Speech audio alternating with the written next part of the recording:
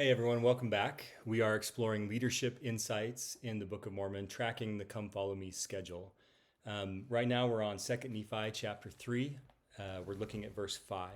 This is Lehi speaking to his son Joseph. He's recounting the prophecy of Joseph of Egypt about Joseph the seer of the latter days.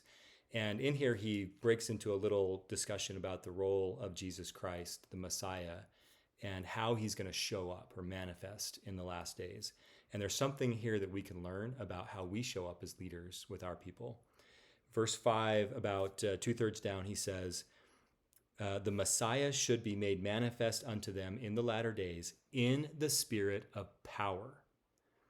In the spirit of power. Unto the bringing of them out of darkness into light. Yea, out of hidden darkness and out of captivity unto freedom. Leaders are change makers. Power. Let's look at that word power. Power is the capacity to make change. In physics, power changes an inanimate object to an object in motion. Power changes a gas to a liquid. Right? Power is the capacity to change the status quo, to change the situation, to change the people, the groups, the teams, the communities, the outcomes. As a leader, you're striving to exercise power in order to make change. And so it's interesting that it says Jesus will come in the spirit of power. The specific change that he's making here is bringing them from darkness to light, from captivity to freedom. But he's coming in that spirit. What does that look like? What does that mean, the spirit of power? I think we could talk a lot about this for a long time, but I want to focus in on one aspect of coming in the spirit of power, and that is the intention. The spirit of something is its essence, right? So Jesus is coming in the essence of power. He's coming as someone who will make change. He is a change maker. Everything about Jesus, every time he showed up, every conversation, it was always about improvement, growth, overcoming, transformation. It's always about making change.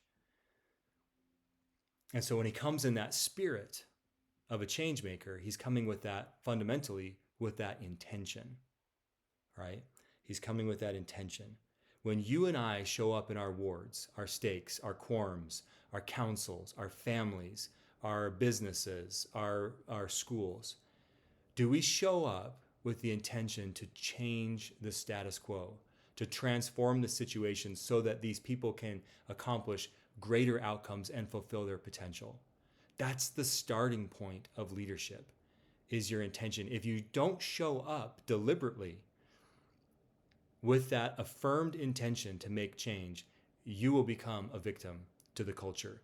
And whether you know it or not, you will become complicit in recreating the status quo. Even if you go home at night and you complain about that status quo, you will have been complicit in co-creating or recreating that status quo day after day, week after week.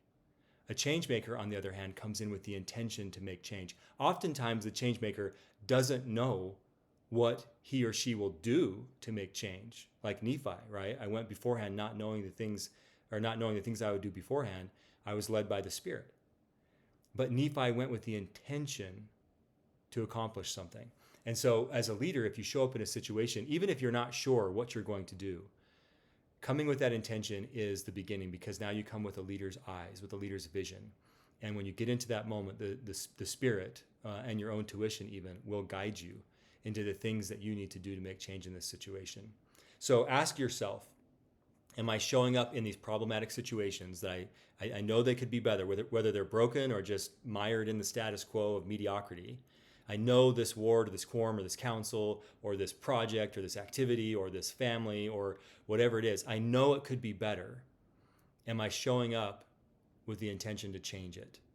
And if you do, the promise is that the ideas will come to you and you will begin to learn your way towards how to change it. See, people always want the answers. How do I change this situation? Just tell me what to do and I'll do it. There are no answers from the outside. The answers have to come from within the situation itself and from within you. And that's an experience that you can have with your own identity, your own values, and the Holy Ghost to discover those answers.